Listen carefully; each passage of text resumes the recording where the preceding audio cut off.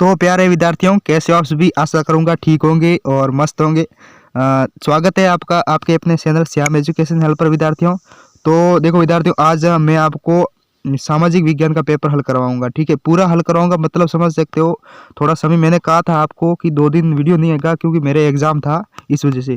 लेकिन मैंने सामाजिक विज्ञान का पेपर तैयार कर दिया आपका 2023 का, जो बोर्ड ने जारी किया वही पेपर है। ठीक है, हमने कोई तैयार नहीं किया, वहीं से आया, हमने वहां से डाउनलोड करके प्रिंट निकाल कर फिर अपने हाथों से उत्तर लिखा। विद्यार्थियों, जैसा मैंने आपको पहले 4 सब्जेक्ट के पेपर उपलब्ध करवाए ना, वैसे के वैसे और आपको मैं सामाजिक विज्ञान का हल करवाया, पेन से लिखा अपने हाथों से। मेहनत बहुत ज़्यादा लगी, 2 से ढाई घंटे तक मुझे मेहनत लगी अभी, और अभी मैं आपको वही वीडियो बनाकर आपको उपलब्ध करवा रहा हूँ। बहुत ज़्यादा मेहनत लगती है विद्यार्थियों।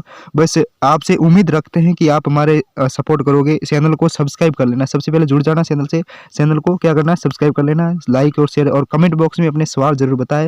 विद्यार्थियों, मैं हमेशा आपकी मदद करता रहता हूं, आपको आपका सवालों के जवाब तुरंत मिल जाएगा, अपने कमेंट बॉक्स में बता सकते हैं। ठीक है, बस आप प्यारे विद्यार्थियों, आपसे निवेदन रहेगा, वीडियो को लास्ट तक देखें, पूरा देखना है, तभी हमारी मेहनत आपको काम आएगी। क्योंकि हम इतनी मेहनत करते हैं, पेपर तैयार करते हैं, और फिर आप वीडियो को पूरा नहीं देखते हैं, और फिर आप कहोगे सर पेपर भी नहीं आया। लेकिन आप वीडियो ही नहीं देखते हो तो फिर पेपर में आएगा तो फिर आपको कैसे पता चलेगा।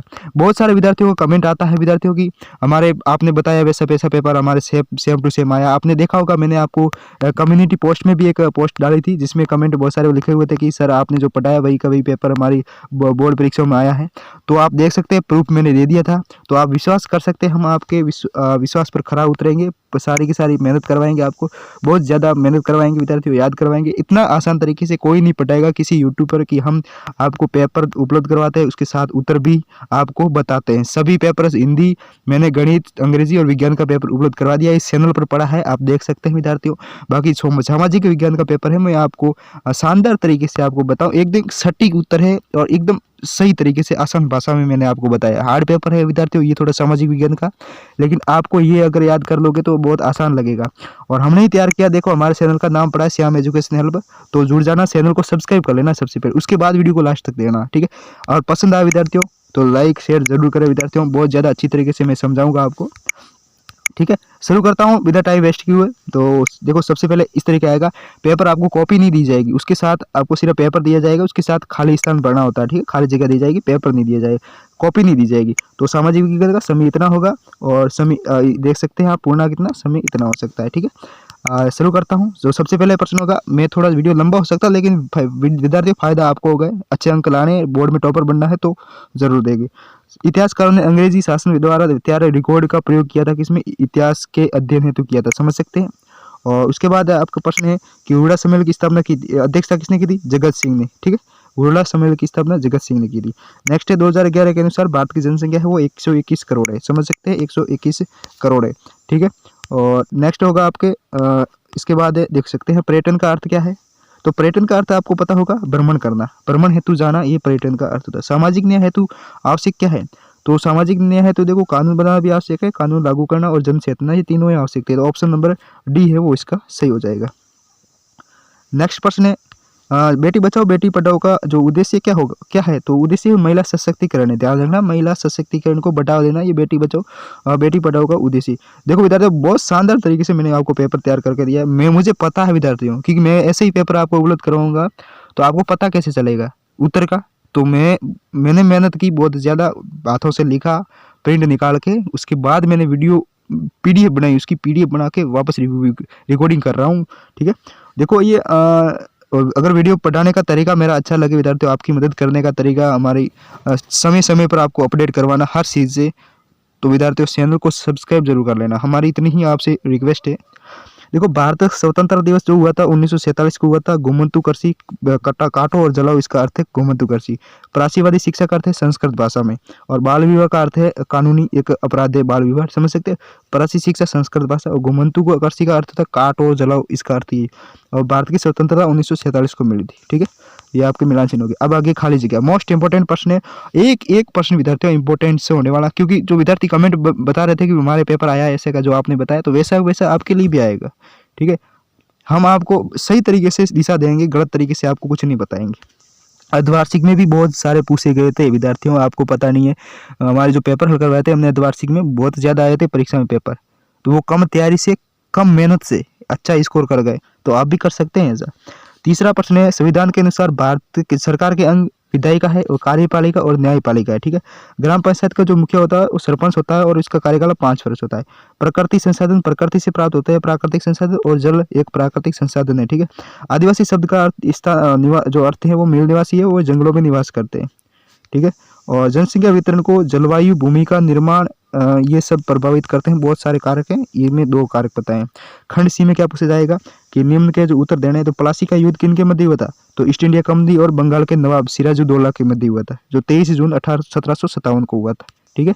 ये हुआ था प्लासी का युद्ध। उसके बाद है आपके क्या, 19वीं सदी से पूर्व आदिवासी समूह से प्रचलित आर्थिक गतिविधियां कौन कौन सी थी। जो आदिवासी गतिविधियां क्या क्या करते थे, एक तो झूम खेती करते थे, उसके साथ शिकार भी करते थे, ध्यान रखना।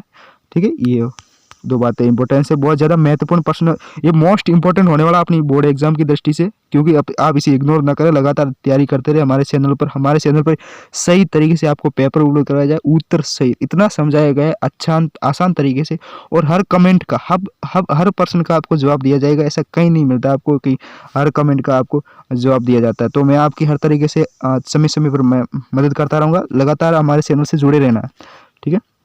हमारा जो यूट्यूब का परिवार है ज़्यादा हो जाएगा बड़ा, तो अच्छी बात है विद्यार्थियों आपके लिए भी। प्राची शिक्षा के समर्थक विद्वानों के नाम लिखिए प्राचीवादी, तो इसके हैं जो निकोलस डिर्क है और रोनाल्ड इंडेन, ये दोनों है प्राचीवादी शिक्षा के समर्थक थे। नेक्स्ट है कि 17वीं शताब्दी के जो सूती वस्त्रों की विशेषता है, 2 विशेषता जो 17वीं शताब्दी के मध्य जो भारतीय सूती वस्त्र है उनकी 2 विशेषता, देखो वे अपेक्षाकृत कम मूल्य के होते थे, समझ गए ना। और दूसरा है अम्ल व क्षारकों से अप्रभावित थे, जो एसिड वगैरह से उनका यूज नहीं होता था। दूसरा 1857 के क्या कारण थे, तो 1857 की जो क्रांति थी उसका कारण था क्या था, एक तो ब्रिटिश साम्राज्य की दमनकारी नीति, और दूसरा हड़प नीति, एक राजनीतिक कारण था, हड़प नीति और एक दमनकारी नीति। 2 कारणों की वजह से क्या है 1857 की क्रांति हुई थी। स्थायी बंदोबस्त प्रथा क्यों असफल रही, तो देखो अधिकांश किसान जो जमींदार थे ना, उनकी मांगों को पूरा नहीं हो सका और वो अपनी जमीन छोड़नी पड़ी, तो उसकी मांग पूरी नहीं हुई तो जमीनें छोड़ी, तो इसका मतलब वो स्थायी बंदोबस्त प्रथा वो असफल रही, उनको बंद कर दिया गया। नेक्स्ट है कि गैर परंपरागत ऊर्जा स्रोत क्यों महत्वपूर्ण है, तो उदाहरण बताने 2 कौन से, तो क्यों महत्वपूर्ण है, तो महत्वपूर्ण इसलिए कि वो पर्याप्त है। ठीक है। और पुनरुपयोगी है। दूसरा, ये पर्यावरण प्रदूषण नहीं करते हैं, और ये पवन ऊर्जा है, सौर ऊर्जा, ये क्या है गैर परंपरागत है। ठीक है। ये कभी समाप्त नहीं होते। दूसरा है कृषि से आप क्या समझते हैं, कृषि से प्राप्त दो उत्पादों के नाम बताना। कृषि क्या है, भूमि पर की जाने वाली समस्त क्रियाएं जो फसलों उत्पादन एवं पशुपालन व्यवसाय के लिए महत्वपूर्ण आवश्यक हो। तो देखो हमने अपनी तरह से आसान भाषा में लिख दिया है। ठीक है। जैसे भोजन मिलना, कच्चा माल मिलना, ये कृषि से ही मिलते हैं ना, तो बस आसान भाषा है। तो कृषि किससे कहते हैं, तो भूमि पर की जाने वाली समस्त क्रियाएं जो फसलों उत्पादन एवं पशुपालन व्यवसाय के लिए आवश्यक हो उसे जैसे। और अगला प्रश्न है आपके क्या, ये देख सकते हैं आप यहाँ से, उद्योगों की अवस्थिति को प्रभावित करने वाले कारकों का वर्णन कीजिए। उद्योगों की अवस्थिति, देखो कच्चे माल की उपलब्ध भी पहला कारण, दूसरा है ऊर्जा है, बाजार है, पूंजी, परिवहन, श्रमिक, ये 6 कारण है जो उद्योगों की अवस्थिति को प्रभावित करते हैं। ठीक है। दूसरा, सरकार द्वारा संचालित 2 कृषि योजनाओं के नाम, तो सरकार में कौन सा चलाई, राष्ट्रीय सूक्ष्म सिंचाई मिशन, दूसरा है PM किसान योजना, ये जो कृषि से संबंधित योजना है। ठीक है।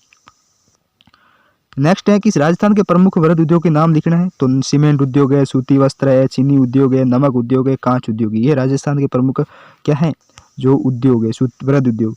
नेक्स्ट है कि राजस्थान के प्रमुख दुर्गों की, जो राजस्थान के दुर्गों की सुरक्षा हेतु क्या प्रबंध किए गए थे, जो राजस्थान के दुर्ग थे ना विद्यार्थियों, उनकी सुरक्षा का क्या प्रबंध था, तो पहला प्रबंध था कि वे सबसे ऊंची पहाड़ी पर बनाए जाते थे ताकि आक्रमणकारी आक्रमण न करे। दूसरा, उनके चारों ओर मोटी दीवार बनाई जाती थी, खाई भी बनाई जाती थी। दूसरा, मजबूत दरवाजे का निर्माण किया जाता ताकि आक्रमणकारी उसे तोड़ न सके। ये 3 महत्वपूर्ण है, आप लिख देना जरूर आराम से। ठीक है। नेक्स्ट है कि पश्चिमी राजस्थान में जनसंख्या घनत्व पूर्वी राजस्थान की अपेक्षा कम है, कारण बताइए। भाई पूर्वी राजस्थान में तो जनसंख्या बहुत ज़्यादा है, जबकि पश्चिम में रेगिस्तान स्थानों में यहाँ जनसंख्या बहुत कम है। क्या कारण है, देखो कठिन भौगोलिक परिस्थितियाँ, ठीक है, जैसे जल की कमी है, धूप ज़्यादा, और आधारभूत सुविधाओं की कमी, यानी सुविधाएं बहुत ज़्यादा, कोई सुविधाएं बहुत कम है वहाँ पर, इसलिए क्या है जनसंख्या निवास कम करती है। नेक्स्ट है धर्मनिरपेक्षता, आप क्या समझते हैं, जो धर्मनिरपेक्षता है उससे क्या समझते हैं। देखो विद्यार्थियों कैसा लगा पेपर कमेंट बॉक्स में जरूर बताएं। विद्यार्थियों हमारी मेहनत आपके काम आती है, तो विद्यार्थियों कमेंट बॉक्स में जरूर बताएं। देखो पॉजिटिव रिव्यू देना विद्यार्थियों, अच्छे कमेंट करना, अच्छे आपको जवाब मिलेंगे। ठीक है। तो विद्यार्थियों बस हमारी मेहनत को आप जरूर बताएं कि कैसा लगा, और अगर पसंद आए तो विद्यार्थियों शेयर करें जरूर वीडियो को, और लाइक कमेंट और सब्सक्राइब जरूर करें, हमारे चैनल से जुड़ जाना, लगातार आपकी मदद की जाएगी हर तरीके से। आपके छोटे भाई या बड़े भाई, छोटे भाई जो भी पढ़ते हैं, जो आगे अभी आपकी कक्षाओं में काम आएंगे। ठीक है, तो धर्मनिरपेक्षता है जीवन के राजनीतिक, आर्थिक, सामाजिक और सांस्कृतिक पहलुओं से धर्म को अलग रखना। समझ गए ना, अलग अलग करना। जीवन के राजनीतिक है, आर्थिक है, सामाजिक है और सांस्कृतिक पहलुओं से धर्म को अलग करना, ये क्या है हमारे आपके धर्मनिरपेक्षता। नेक्स्ट है स्वतंत्र न्यायपालिका से आप क्या समझते हैं। तो स्वतंत्र न्यायपालिका को सरकार के अलग अंगों को से स्वतंत्र रखना है। तो न्यायपालिका को सरकार के अन्य अंगों से स्वतंत्र रखना, ये स्वतंत्र न्यायपालिका है। बहुत आसान भाषा में लिखा है मैंने। सरकार के किस प्रकार से सामाजिक न्याय को प्रोत्साहन देती है, 2 कारण बताइए। तो सरकार है वो किस प्रकार सामाजिक जो न्याय है उनको प्रोत्साहन देती है, यानी बढ़ावा देती है।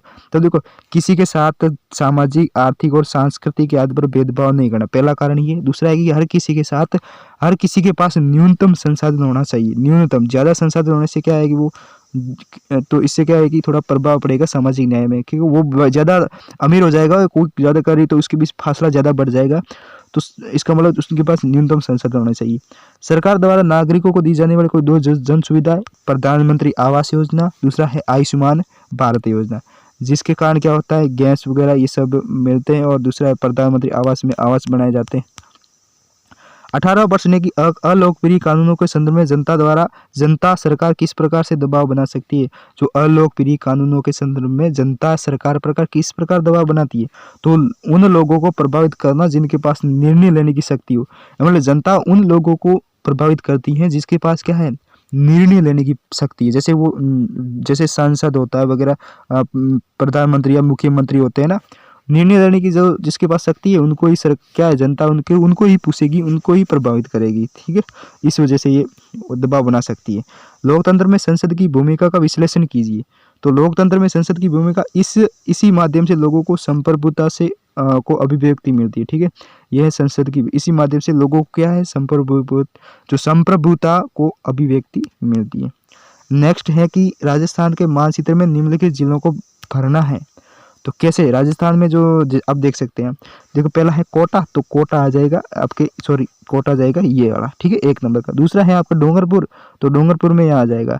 तीसरा है आपके सीकर, तो सीकर ये हो जाएगा, समझ गए, ये वाला। और ये इसका 20 वाला, और ये इसका ये वाला।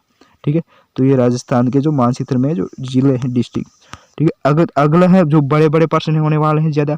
तो विद्यार्थियों मैंने बड़े प्रश्न लिखे नहीं है, ठीक है, क्योंकि ज़्यादा लंबे हो सकते हैं, मुझे ज़्यादा लिखना पड़ेगा। इसी वजह से मैंने आपको बता रहा हूँ कि आप अपनी पासबुक से या किताब से ज़रूर याद करें। ठीक है, पहला प्रश्न है अहुआ का विद्रोह वर्णन अपने शब्दों में लिखना है।